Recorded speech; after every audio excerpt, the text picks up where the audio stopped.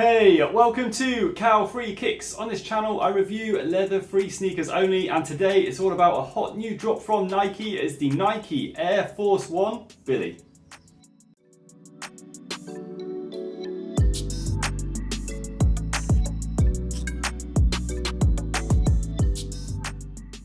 Welcome to the channel, thank you very much for watching. Now, when I review a pair of sneakers, I always look into 5 different categories. And at the end of the video, I will take each category into consideration and give these Nike Air Force 1 07 High Billie Eilish mushrooms an overall rating out of 5 stars. If you do like what you see as you're going along, please do not forget to click the little thumbs up like button below on your device. And if you've got the time and you also want to show some extra support, you can subscribe to the channel as well. Now let's kick this review off by checking out these massive oversized Air Force 1s on feet.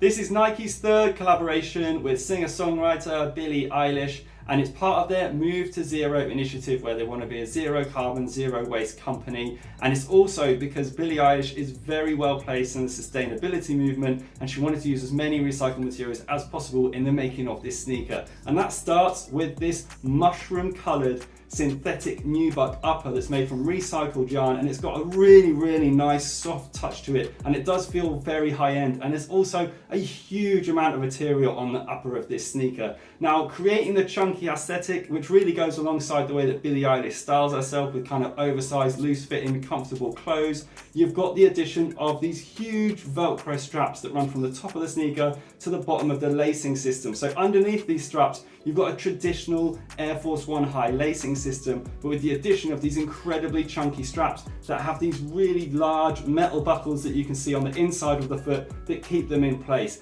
Now, they're a really nice addition to the look of the shoe. I do think they look very unique, but I think they're going to be incredibly polarizing because they just look a little bit too much for me like a high fashion sneaker. Now, moving on to the outsole of the shoe, you've got the traditional Nike Air Force 1 branded outsole, but this is a Nike Grind outsole. So you're going to get a mixture of other recycled rubbers in there, and there's a really nice kind of hint of speckled materials in this. So yes, there's a huge overlay of this mushroom, but on the outsole here, you do get some nice speckled detailing.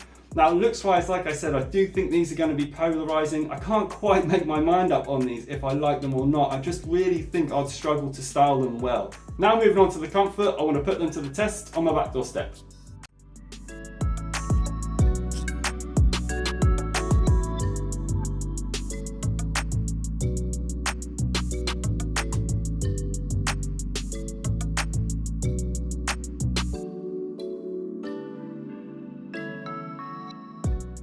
You can see from the step test that this Nike Air Force 1 mid combined with the Nike Grind outsole gives very little responsive bounce back and cushioning underfoot. I've always found with Nike Air Force 1s that the outsole and midsole are just way too heavy and way too rigid. I mean, just look at this, there's absolutely no flexibility in this sneaker whatsoever, which really impacts the ride underfoot, and they ride very firm. Even with the addition of this Nike Zoom cushioned insole, you're not getting very much responsive bounce back at all, unfortunately, and I do think they ride very firm underfoot. Now, on top of your feet, they're incredibly plush and well cushioned. You've got a huge amount of cushioning in the boot heel part of the sneaker. I went half a size up on these because as soon as I saw the amount of cushioning, I knew that they were going to run small, and they definitely do. Normally, I'm a UK size 10, but I got a 10.5 because I knew that they were going to run very small. So I would advise anyone buying these, definitely go half a size up. Now, I do have slightly wider than normal average feet, but the toe box in these does offer a really nice amount of room. One thing I will add to the comfort of these as well is the fact that it'll take you about 10 minutes to get them on and off. It's incredibly complicated to get these on and off your feet. Next, I want to talk about their weight, where I'm going to pop them on the scales.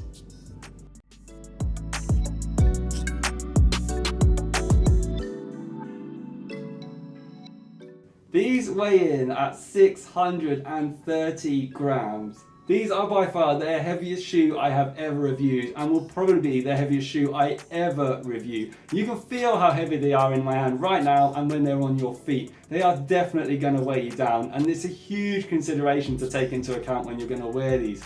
Because wearing these around all day, your feet are going to get tired and sore. And this is why I said earlier in the video that these are definitely not going to be worn for any athletic activity, because when you take into account the lack of comfort with this huge weight that they've got, you're not going to want to wear these for anything athletic at all. And that's why these are 100% a lifestyle shoe, and I would not advise wearing these around all day because they are going to weigh you down.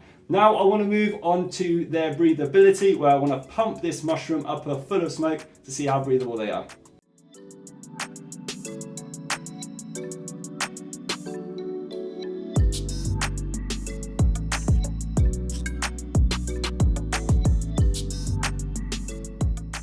Not a bad result in the breathability test, to be fair. With the amount of this synthetic nubuck material and the straps and the padding, you did still see some smoke escape from the perforations in the toe box area. You can see just there. There are small perforations on the inside and the outside of the shoe as well at the midfoot, but that's it. Now yes, the smoke did escape and in quite nice amounts, but I am worried overall for the breathability of these shoes, just because of the amount of padding you get in the heel and towards your ankle. And with these Velcro straps, your foot really is locked in tightly. So I'm not expecting to see that much breathability for these. And I think they're going to create a warmer environment in the long run if you have these on your feet for a longer period of time. Now I want to move on to their cost.